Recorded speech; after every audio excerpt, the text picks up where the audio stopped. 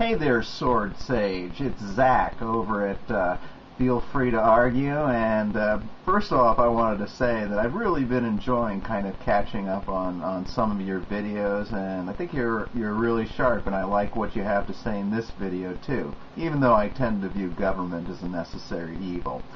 But I think you're right. I mean, I think a large part of our problem is that we have this kind of almost holy respect for government.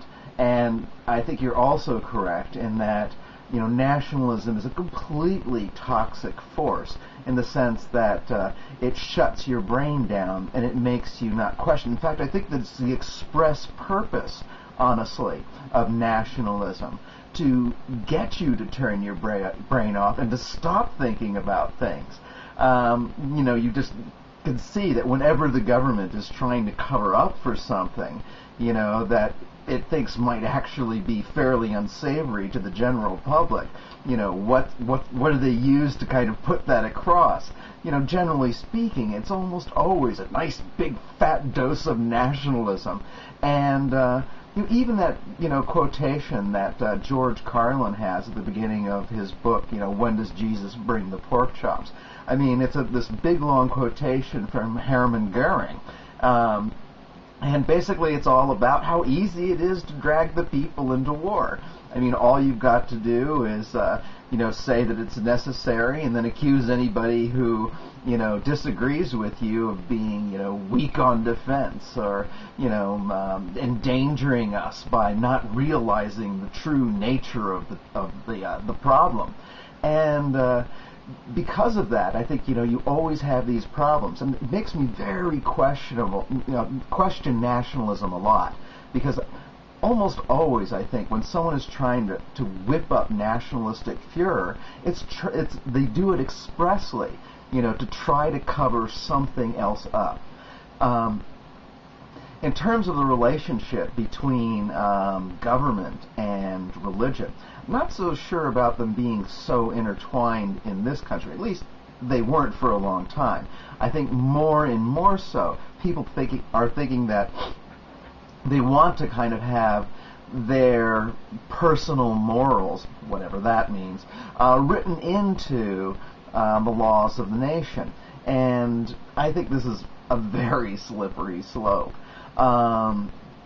And I can understand, certainly, you know, why, you know, atheists such as myself, you know, hate this. You know, we think that, you know, any kind of encroachment, any kind of appeasement in terms of religions is just inherently dangerous.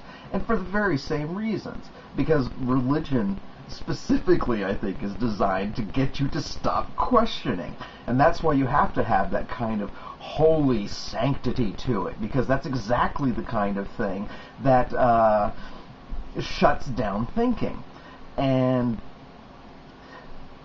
so I guess when I think about these things, I think about the relationship between them.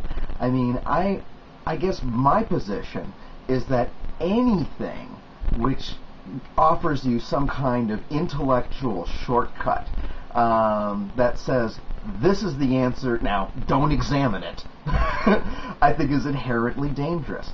And I think the points you make in this video, I think, are very well taken. I think one of the major problems that we have in this country is that at any point, you know, someone could wave a flag in the face of America and just everybody's brain just instantly shuts off. And, you know, going into Iraq, once again, I think is, you know, a perfect example. We just keep whipping up the nationalism, whipping up the fear, and, you know, by and large, people just kind of totally shut their brains off about it. I mean, nobody really evaluates it, because if anybody actually seriously evaluated what we were doing in Iraq, they could see that we're absolutely not doing what we say we're doing. You know, we say that we're giving them freedom, we say that we're giving them democracy, but what are we actually giving them? Death, disease, famine, sectarian violence. We eviscerate their government, we monitor their government. I mean, almost every Iraqi minister has a U.S. official that's right next to them, and is watching them do their job and making sure that they do exactly what we want. We put an enormous amount of pressure on Maliki's government, and he's like our appointed puppet. But he's even having a hard time kind of putting across our agenda. And every once in a while, he tries to fight back against it. Like, they really fought hard against the intended, SOFA agreements that we were trying to set up. And they did all kinds of things we did all kinds of things to the government to try to threaten them. If you look at like some of the stuff that was being reported on Democracy Now!, elements of the talks that were being leaked, I mean, we were doing things like saying that these payments that were due to Iraq, that we were going to withhold them, and Iraq is having incredible economic problems.